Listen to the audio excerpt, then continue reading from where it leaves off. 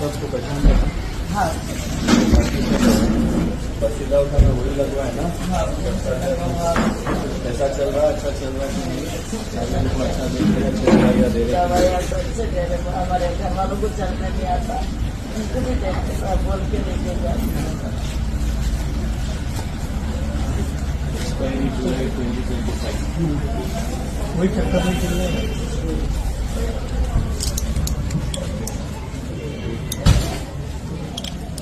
ये अभी दिया हम आपको? अभी दी बेटा, अभी ले लेके अब बाहर निकल ही आप आए। एक्चुअली आइए आप भी हमारे साथ अंदर आइए। ये डेट खत्म हो गया तो स्लिप दिया आपको? चलो साथ में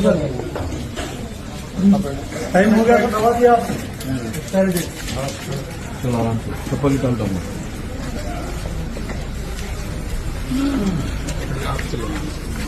आगे ले लीजिए। सलाम।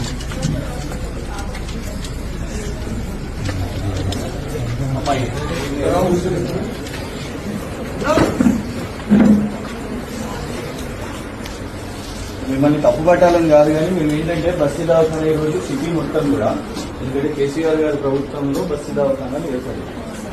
ఆరోగ్య తెలంగాణ ఉండాలని పర్టికులర్లీ హైదరాబాద్ లో ప్రతి బస్తీలో బస్తీ దవాఖానా ఏర్పడింది. ఈ రోజు కేటీఆర్ గారు ఒక దగ్గర, హరీష్ రావు గారు ఒక దగ్గర, అన్ని నియోజకవర్గాలు మన కంటోన్మెంట్ లో కూడా డాక్టర్లు కూడా వీళ్ళ కోసం పెట్టిన బస్తీ దవాఖానా ఎట్లా నడుస్తుందని వచ్చింది. But it is really shocking అమ్మా. వారు ఇప్పుడు నాకు ఎదురొచ్చారు, వారు ఇచ్చిన టాబ్లెట్స్ మీ రోజు స్టే బయటనే. దీని ఎక్స్పైరీ జూలై 2025. ఎట్లా ఇట్లా year in October, expiry July 2025. ఏం టాబ్లెట్ ఇది? కట్ అయింది. ఏం క్యాప్సూల్ ఇది?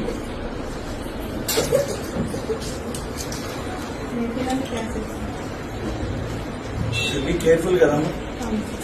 ఎక్స్పైరీ అట్లా మనం జాగ్రత్తగా ఉండాలి.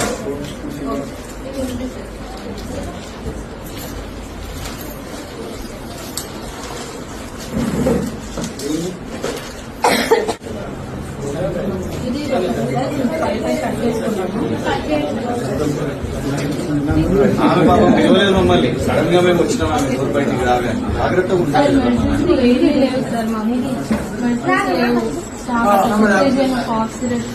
యాంటీబయాటిక్స్ ఏమీ లేవు. మెడిసిన్ ఎగ్జాక్ట్ గా 3 months. ఫ్రీక్వెంట్ డిజీజెస్ ఉంటాయి, ఇప్పుడు మళ్ళీ సీజనల్ ఇవన్నీ కూడా ఉంటాయి కాబట్టి అందుకే ఏంటంటే ఇక్కడ it is a slum, major slum. పాపం వాళ్ళకు ఎడ్యుకేషన్ కూడా లేదు. మైనారిటీస్ ఉన్నారు, ముస్లిం మైనారిటీ ఉన్నారు, వాళ్ళకి చదువులేదు, వాళ్ళు తీసుకుని వెళ్ళిపోతారు, వేసుకుంటారు. వాళ్ళకి ఏమి ఇచ్చింది ఏం లేదని కూడా ఉండదు. మీ మీద నమ్మకం, డిస్క్రిప్షన్ కూడా ఏమి ఉండదు కాబట్టి వాళ్ళకి తెలియదు. సో ఆ నమ్మకాన్ని we have to stand for that. Me salary ఎంత? 30 sir. అండ్ 5 months నుంచి 5 months నుండి లేదు సార్. నేను సంగారెడ్డిలో ఉన్నాను.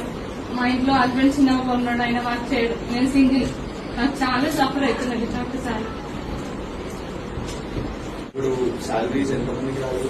మా బస్సు దవాఖానకు అమ్మాయికి నాకు 5 months నుండి లేదు సార్. ఇప్పుడు 5 months చాలా వస్తుంది, మాకు లేదు సార్. చాలా సఫర్ అవుతున్నాం.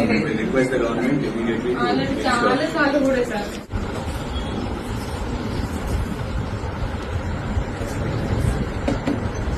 Glucose blood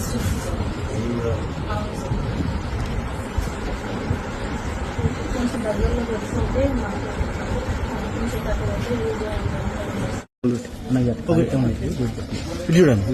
okay. కేసీఆర్ గారి ప్రభుత్వం 2014 నుంచి 2023 వరకు ఆరోగ్య తెలంగాణ దిశగా, గతంలో కేవలం 700 మెడికల్ సీట్లుంటే ప్రభుత్వ మెడికల్ సీట్లు 700 నుంచి సుమారు 4000 సీట్ల వరకు పెంపొందించే వరకు, దాన్ని పెరిగే వరకు కేసీఆర్ గారి ప్రభుత్వం కృషి చేసింది. ప్రతి ఒక్క జిల్లాకు ఒక మెడికల్ కాలేజ్, హైదరాబాద్లోనే 4 చోట్ల కిమ్స్ హాస్పిటల్, ఇటు అల్వాల్ కానివ్వండి, అటు అమీర్పేట కానివ్వండి, ఈ 4 టిమ్స్ హాస్పిటళ్లను నిర్మాణం చేస్తున్న క్రమంలో 90% పనులు పూర్తి కేసీఆర్ గారి ప్రభుత్వంలోనే అయింది. కానీ 2 సంవత్సరాల నుంచి కాంగ్రెస్ ప్రభుత్వం తాత్సారం చేస్తుంది. ఇదే కాకుండా బస్తీ దవాఖానాలు, హైదరాబాద్ లో ఉన్న బస్తీ ప్రజలకు, పేద సామాన్య స్లమ్స్ లో ఉన్న ప్రజలకు బస్తీ దవాఖానా అందాలి, వాళ్ళకు ఉచితంగా వైద్య సేవలు అందాలని ఈ బస్తీ దవాఖానాలు మొదలైనవి. వాళ్ళ మా వర్కింగ్ ప్రెసిడెంట్ కేటీఆర్ గారు ఇచ్చిన పిలుపు మేరకు నగరంలో ఉన్న శాసనసభ్యులందరూ, శాసన మండలి సభ్యులు, మాజీ మంత్రులు ప్రతి నియోజకవర్గంలో ఇవాళ హైదరాబాద్ మొత్తం కూడా బస్తీ దవాఖానాలు వెళ్తున్నారు. ఎలా బస్తీ దవాఖానాలు, కేసీఆర్ గారు అందజేసిన బస్తీ దవాఖానాలు ప్రజలకు ఎట్లా అందుబాటులో ఉన్నాయని చూడడానికి వస్తే మేము వస్తూనే ఎంట్రీలో ఒక మహిళ మందులు తీసుకొని బయటికి వెళ్ళాం. చూస్తే తన చేతిలో ఎక్స్పైరీ అయిపోయిన మందులు తన చేతిలో. ఇక్కడ రసూల్పురాలో మేజర్గా ఇది ఒక స్లమ్, చదువు రాదు, ముస్లిం మైనారిటీలు ఎక్కువ ఉంటారు. వాళ్లకు నమ్మకం ఏంటంటే కేసీఆర్ మాకు బస్తీ దవాఖానా మొదలుపెట్టిండు, ఇక్కడ ప్రభుత్వ సేవలు అందుతాయి, ఉచితంగా సేవలు అందిస్తారు, ఉచితంగా మమ్మల్ని చెక్ చేసి మాకు మందులు ఇచ్చి పంపుతారు అని వాళ్ళకి ఆ నమ్మకం ఉంది. కానీ ఇట్లా ఎక్స్పైరీ టాబ్లెట్లు అయితే గతంలో కేసీఆర్ గారి ప్రభుత్వం కంటే ముందు, తెలంగాణ కంటే ముందు రాను బిడ్డ నేను సర్కార్ దవాఖానాకు అనే రోజుల నుంచి సర్కార్ దవాఖానాకు బస్తీ దవాఖానాలకు రావాలి అనే నమ్మకాన్ని కేసీఆర్ ప్రభుత్వం కలిగించింది. కానీ ఇవాళ ఇట్లా ఎక్స్పైరీ టాబ్లెట్స్ అయితే పాపం ప్రభుత్వం ఉన్న వాళ్ళను టార్గెట్ చేయొద్దు, ఎంప్లాయీస్ ని టార్గెట్ చేయొద్దు. వాళ్ళు ఏంటంటే అడ్జస్ట్ చేసుకుంటున్నారు, మందులు సరైన సమయానికి వస్తలేదని వాళ్ళు బాధలు చెప్తున్నారు. సంగారెడ్డి నుంచి ఇక్కడ ఇద్దరు ఎంప్లాయీస్ ఉన్నారు, స్టాఫ్ ఉన్నారు, వాళ్ళిద్దరు వాళ్ళ కంటతడి పెట్టుకునే పరిస్థితి. 5 నెలల నుంచి వాళ్ళ జీతాలు రాలేదు. సంగారెడ్డి నుంచి ఇక్కడి వరకు వస్తున్నారు. దయచేసి రేవంత్ ప్రభుత్వం కక్షపూరితంగా కేసీఆర్ గారు ఆనవాళ్లను దుర్చేస్తాను, ఇవాళ బస్తీ దవాఖానాల మీద కక్ష పెట్టుకోకండి.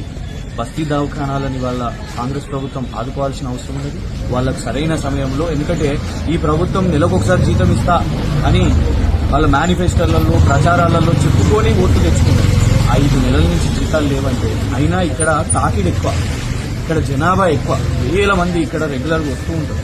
సో ఇంత తాకిడిలో కూడా వాళ్ళు ఏనాడు డ్యూటీస్ ఆపకుండా వాళ్ళకి జీతాలు రాకపోయినా కూడా ఇవాళ వాళ్ళు కష్టపడుతున్నారంటే వాళ్ళని ఆదుకోవాల్సిన బాధ్యత రేవంత్ ప్రభుత్వానికి ఉంది. దయచేసి చేతులు జోడించి రేవంత్ గారిని అడుగుతున్నాం, కేసీఆర్ గారిని మీరు రాజకీయంగా ఏం చేయాలో రాజకీయంగా చేయండి, కానీ కేసీఆర్ గారు నిర్మాణం చేసిన విషయంలో వాటిని ఎట్లా డ్యామేజ్ చేయాలి, అవి ఎట్లా నష్టాలలో ఉండాలి అని చేస్తూ పోతుంటే ప్రజలకు ఇబ్బంది అవుతుంది.